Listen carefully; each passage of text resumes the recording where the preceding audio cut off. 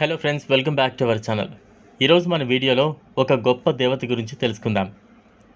వీడియోను స్కిప్ చేయకుండా ఎన్ వరకు చూడండి.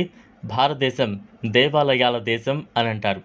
రహస్యాలు, అద్భుతాలు కోకొల్లలుగా ఉన్న అనేక దేవాలయాలు ఇక్కడ ఉన్నాయి.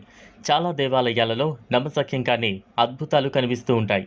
ఈ ఆలయాలలో జరిగే సంఘటనల వెనుక ఉన్న రహస్యాలను నేటికి ఎవ్వరూ ఛేదించలేదు. ఈ దేవాలయాలలో మధ్యప్రదేశ్లో ఉన్న మైహార్లో ఉన్న శారదామాత శక్తిపీఠం ఒకటి. మైహార్లోని శారదా దేవాలయం అమ్మవారి 51వ శక్తిపీఠాలలో ఒకటి.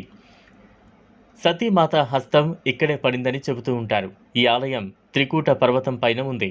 పర్వత శిఖరంపై నిర్మించిన ఈ ఆలయంలో నిష్ఠతో అమ్మవారి దర్శనానికి వెళ్లే భక్తుల ప్రతి కోరిక నెరవేరుతుందని స్థానికులు చెబుతారు. ఈ ఆలయం చాలా అద్భుతం. ఈ ఆలయంలో ప్రతిరోజు ఒక అద్భుత సంఘటన జరుగుతూ ఉంటుంది. రాత్రి ఆలయ తలుపులు మూసివేసిన తర్వాత పూజారులు కూడా పర్వతం దిగి ఇళ్లకు వెళతారు. ఈ ఆలయంలో రాత్రిపూట ఎవ్వరూ ఉండరు. కానీ మరుసటి రోజు ఉదయం పూజారి రాకముందే అమ్మవారి ముందు తాజా పూలు కనిపిస్తాయి. ఈ తాజా పూలను వీర యోధులు దేవతకు సమర్పించారని నమ్ముతారు.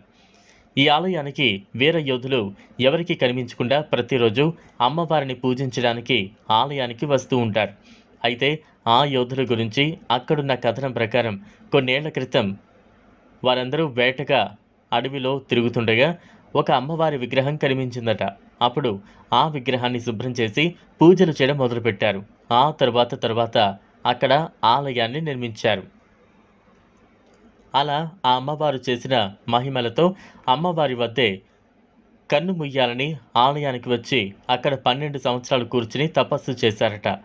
వారు చేసిన కఠోర తపస్సుకు మెచ్చి ఆ శారదాదేవి వారికి ప్రత్యక్షమయ్యారు. దాంతోనే వారి జన్మ ధన్యమైందని భావించారు. కానీ ఆ తల్లి వారికి అమరత్వం అనే వరం ఇచ్చింది. అంతేకాదట, వారి భక్తిని చాటుకోవడానికి వారి నాలుకను కూడా కోసి అమ్మవారికి అర్పించారు. దాంతో అమ్మవారు మరింత పొంగిపోయి ఆ నాలుకను మరల వాళ్లకు తిరిగి ఇచ్చి, మీరు నిత్యము నా భక్తులుగానే కొలువు తీరుతారు అని చెప్పారట. అందుకే అప్పటినుంచి ఇప్పటి వరకు కూడా ఆ ఆలయంలో ఆ యోధులు ఇద్దరు ఎవరికీ కనిపించకుండా అమ్మవారికి పూజలు చేసుకుంటూ ఉంటారు.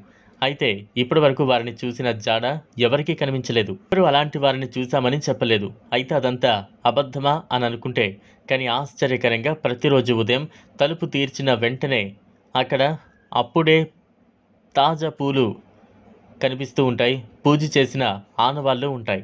నిజంగా ఇదంతా ఆ దేవి మహిమే అని చెప్పాలి. ఈ ఆలయంలో అమ్మవారి దర్శనానికి 1001 మెట్లు ఎక్కాలి. అయితే గత కొన్నేళ్లుగా ఇక్కడ రోప్వే సౌకర్యం కూడా ప్రారంభమైంది.